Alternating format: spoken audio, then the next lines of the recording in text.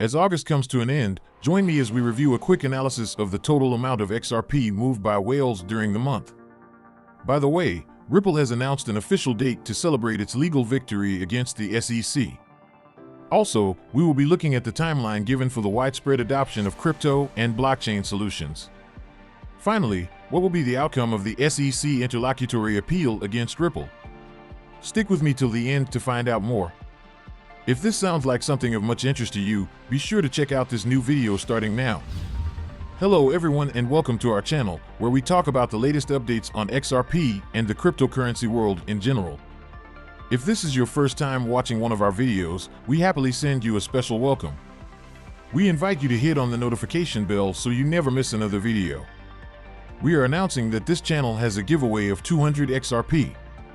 To stand the chance of participating, all you have to do is simply subscribe to the channel, like this video and comment with the hashtag XRP, and the winner will be announced tomorrow. In the last 24 hours, XRP's trading volume grew 6.8% after traders bought and sold over $770 million XRP. This growth in trading volume coincided with the significant movements of the digital asset by major crypto investors.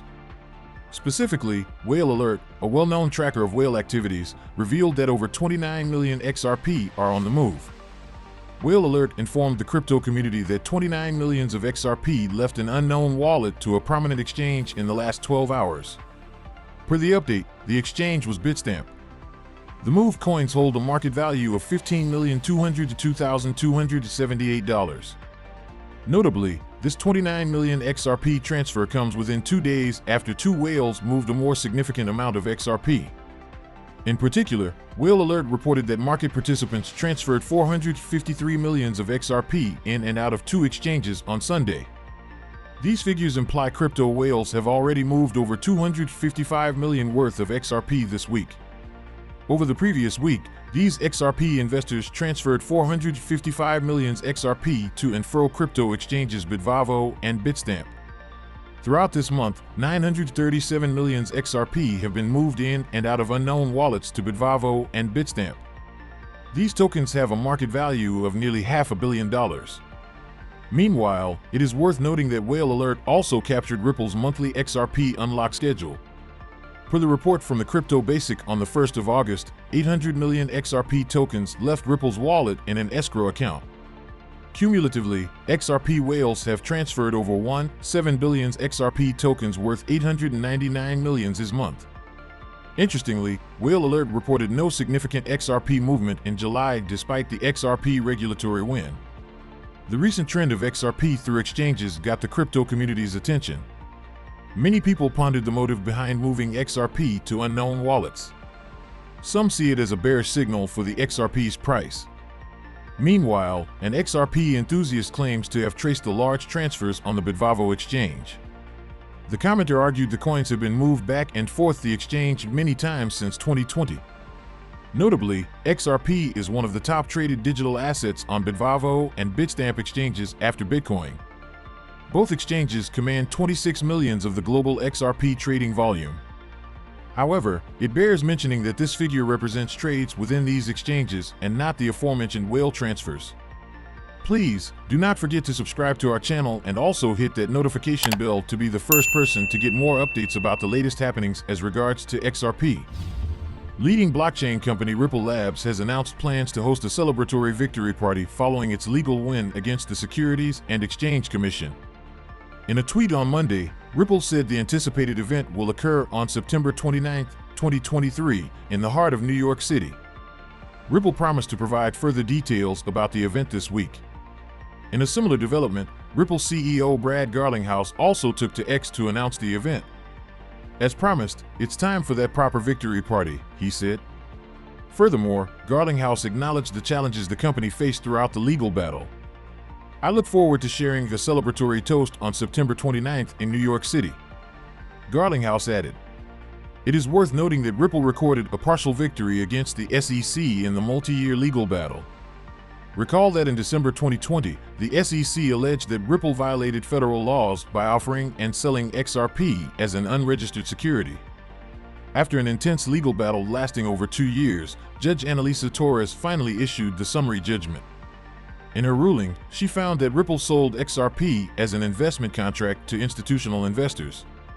However, she ruled that the company's programmatic and other distributions of XRP do not constitute securities. Additionally, the judge also ruled that XRP itself is not a security but a digital asset. Although the SEC seeks to appeal the ruling on programmatic sales and other distributions, the blockchain company has scheduled a victory party to celebrate the summary judgment. For Ripple, the lawsuit has always been about getting clarity for XRP, and the judge declared the coin a non-security. Meanwhile, the SEC versus Ripple lawsuit still has a pending issue. The court has scheduled a trial to resolve the SEC's case against Ripple's execs Garlinghouse and Chris Larsen. The securities regulator charged Garlinghouse and Larsen with aiding and abetting Ripple in distributing XRP as an unregistered security. Notably, the trial is expected to commence in Q2 2024.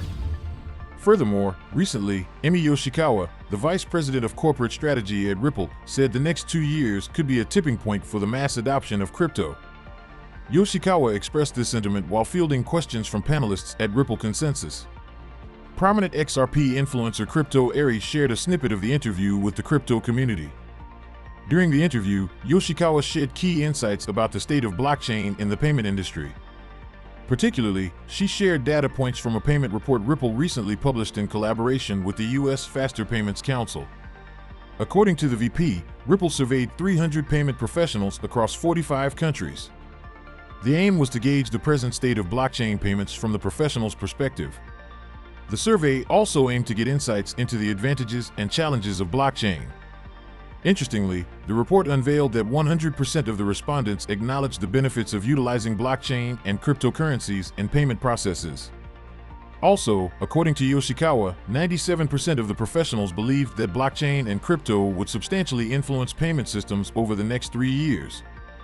Based on the data, the Ripple VP emphasized the industry is no longer questioning the use of blockchain and crypto. Instead, the focus has shifted to determining the when and how of crypto integration. So clearly, it is no longer a question of if, right?